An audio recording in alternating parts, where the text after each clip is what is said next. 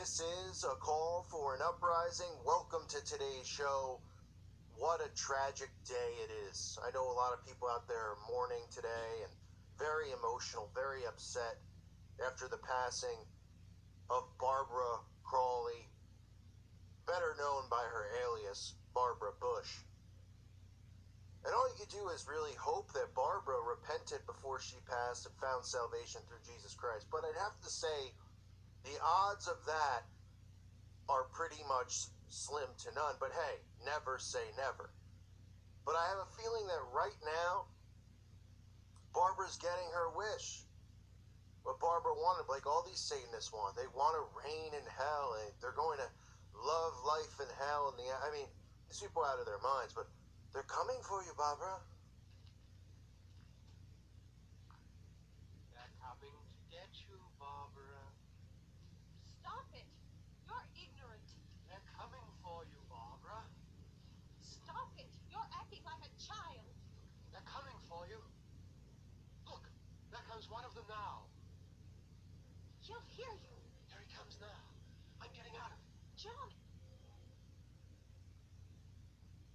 Now, don't be confused. That wasn't George H.W. Bush walking through the cemetery there. Even though George H.W. Bush looks more like a zombie than the actual zombies in Night of the Living Dead. Nonetheless, Barbara Bush, at the age of 92, the widely, quote, admired wife of a president and the fiercely loyal mother of another, died Tuesday evening at her home in Houston. She was 92. On Sunday, the office of her husband, former President George Bush, issued a statement saying that after counseling her family and her doctors, Miss Bush/Crowley had decided not to seek additional medical treatment and will instead focus on comfort care. The Bushes had celebrated their 73rd wedding anniversary in January, making them the longest married couple in presidential history.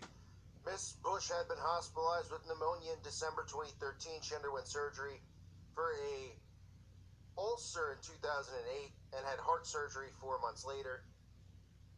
She made it to 92, but maybe she was just excited to go and finally meet her father, who is burning in the lake of fire. Or some people don't believe that they're there yet. Whatever your belief is, Aleister Crowley has a one-way ticket to hell. Okay? No round-trip ticket. One way.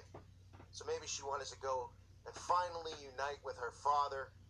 Remember, folks, when these people pass, a lot of the times, they pass on their own schedule, meaning that if they know that they're going to die or they're very close to death, they will do a ritual where they actually believe that they can transfer their soul into another body, into an empty vessel. That's what they do when they perform these rituals on children.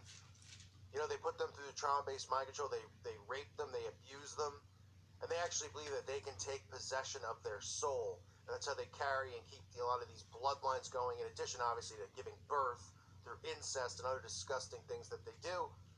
But that is what they believe. So likely she had her ritual yesterday where she believed that she was transferring over to another body, another vessel. And sooner or later, I guess George Sr. might be on that ticket. But I don't know. I mean, this guy is just going and going and going like the Energizer battery. I mean, some people think he's not even alive, but they're just rolling out, a fake body here. And that wouldn't surprise me either. An old man in zombie attire, like I always say, the grandfather from the Texas Chainsaw Massacre. It says, as the wife of the 41st president and the mother of the 43rd, Miss Bush was only the second woman in American history to have her son of hers follow his father to the White House. Abigail Adams, wife of John Adams and mother of John Quincy Adams, was the first. Another son, Jeb, the governor of Florida, was an unsuccessful candidate. During the campaign, he was repeatedly personally derided in personal terms by the eventual nominee and now President Trump, prompting Miss Bush, who was never shy about expressing her views, to lash back, suggesting in television interviews that Mr. Trump was a hate monger.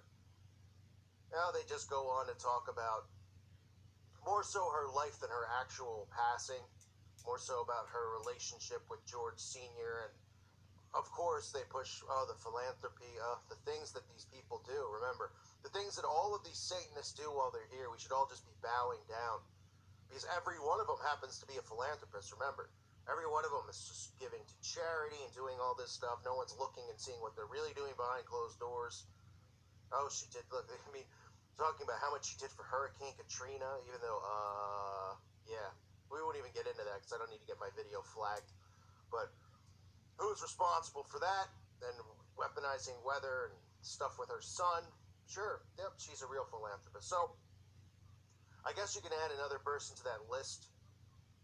You know, like I said before, these elder statesmen who want to see this New World Order pass before they go, they're fighting against God. They're fighting against Father Time. And while they might take their own lives before they naturally go in a lot of cases because they want to do this bizarre ritual that they do where they transfer their souls. They believe they transfer their souls, which they don't.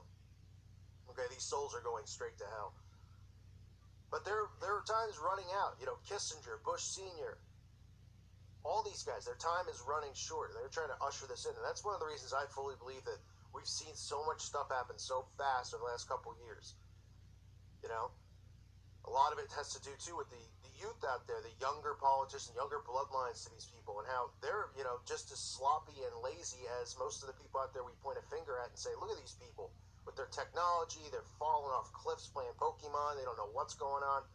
The same can be said for a lot of these younger bloodline members, that they're sloppy, they're lazy. You know, we see these people posting on Instagram all the time, showing themselves off. You know, we've seen stuff with symbols of pedophilia and all this stuff, showing it openly and publicly, and people calling them out. So we'll see what happens in the future. But Barbara is on her way to be reunited with her father, the man who called himself the Beast, Aleister Crowley. Finally, they get to meet face to face. So I hope she got her wish. I hope everything she did in this life was worth it for her to get her ticket to hell. And of course, remember, she always could have repented before she passed. But I mean, if you want to be naive and believe that, go ahead. But I'm not going to be. Because these people, especially the Bush family, remember, they're involved with the creation of the Central Intelligence Agency, which is highly, you know, involved in the trafficking of children. Okay, Bush has been linked to the Franklin cover-up and so many other things, Bush Sr. So, you know, you want to talk about a wicked family, and they call Aleister Crowley the wickedest man alive. Well, that's one of the wickedest families that's ever lived, the Bushes. You can go all the way back to Prescott, you can go back to Skull and Bones. One could only imagine. I don't think anyone could imagine the things that a lot of these people have done. These people are monsters. I don't think any of us could fathom the types of rituals and types of abuse that they put children through, put other people through. Not to mention what they put all of us through every day with dumping chemicals on us, giving us anxiety, depression, making us sick, giving us cancer, autism, you know, Alzheimer's. I mean, all of this stuff. These are the families that are involved with doing it. These are the bloodline families. The Bushes are one of them. So, Barbara, enjoy your journey. Tell your father I said he better get some strong SPF down there because he's going to be burning for a long time, too. I thank you for listening to today's show. God bless all of you and your families.